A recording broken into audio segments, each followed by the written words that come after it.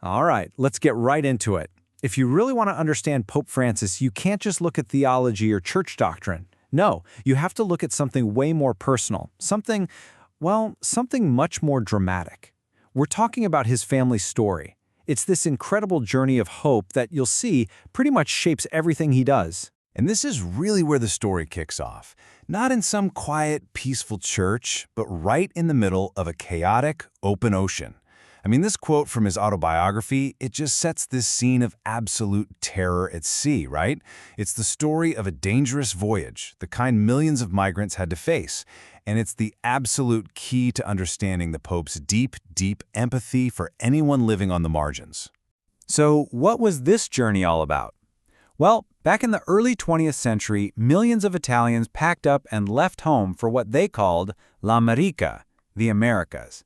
They crammed onto these ships like the SS Mafalda, which was nicknamed the Ballerina because it just pitched and rolled so much. You know, for so many people, it was a one-way ticket to a new life. But that path was just full of danger, exploitation, and far too often death. Now, this really gets to the heart of it all through this incredible contrast. On one side, you've got the Bergoglio family's arrival. They had what's called suerte, luck, good fortune.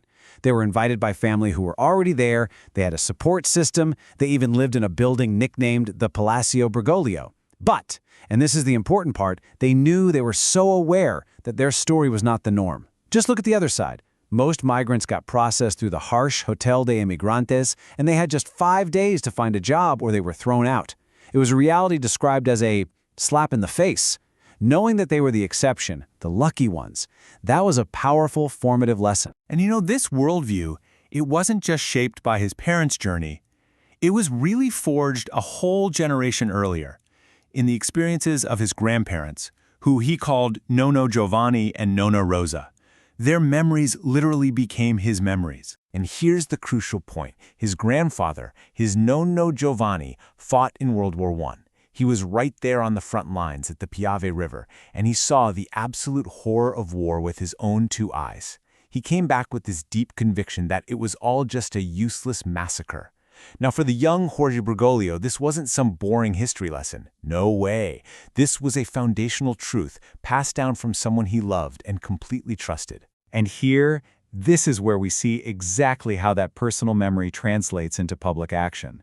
Fast forward to 2014, he's now Pope Francis, and he visits the Rettapuggia Cemetery, this vast, overwhelming field with over 100,000 graves from that exact same war his grandfather survived. And standing there, he just wept. It wasn't just a pope mourning the dead. It was a grandson feeling the full weight of his nonno's stories, understanding that the foolishness of war is a slap in the face to all of humanity. So how does all this come together? You have this family history of migration, of incredible luck, of seeing the pointlessness of war, and it all fostered this profound sense of empathy. For him, it all crystallizes into one single, powerful, recurring question. This is it. This is the question that's just lodged in his heart. When he looks at migrants drowning in the Mediterranean today, when he sees families completely torn apart by conflict, he doesn't just see a political issue. He sees his own family story reflected back at him. And he asks himself, why was my family spared? Why them and not me? It's the very engine of his compassion. And this question leads directly to a concept he talks about all the time, the globalization of indifference. For Pope Francis, maybe the greatest sin of our modern times is simply forgetting our own family struggles, forgetting that we were once the ones who needed help. And when we forget, we become indifferent.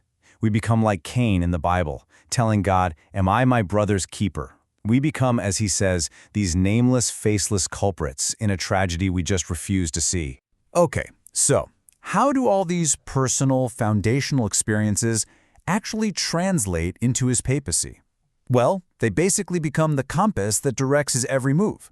He consistently, and I mean consistently, turns the world's attention away from the centers of power and toward what he calls the peripheries.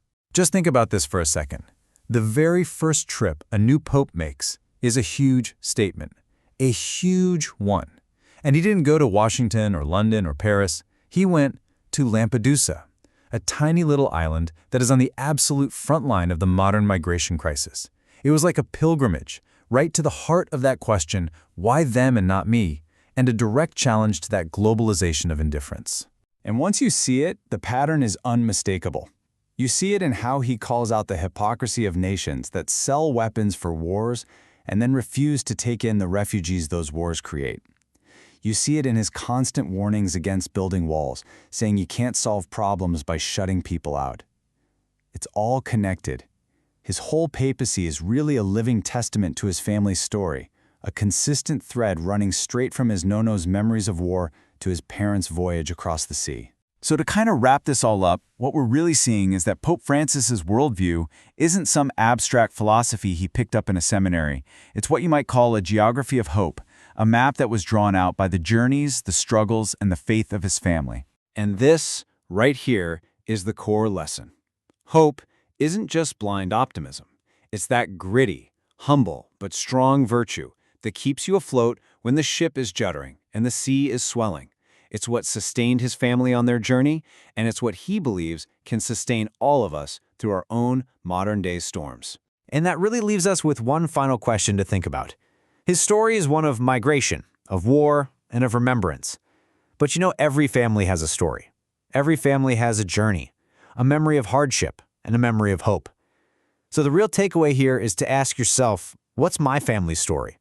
And how does that memory shape the way I see the world and my responsibility to other people today?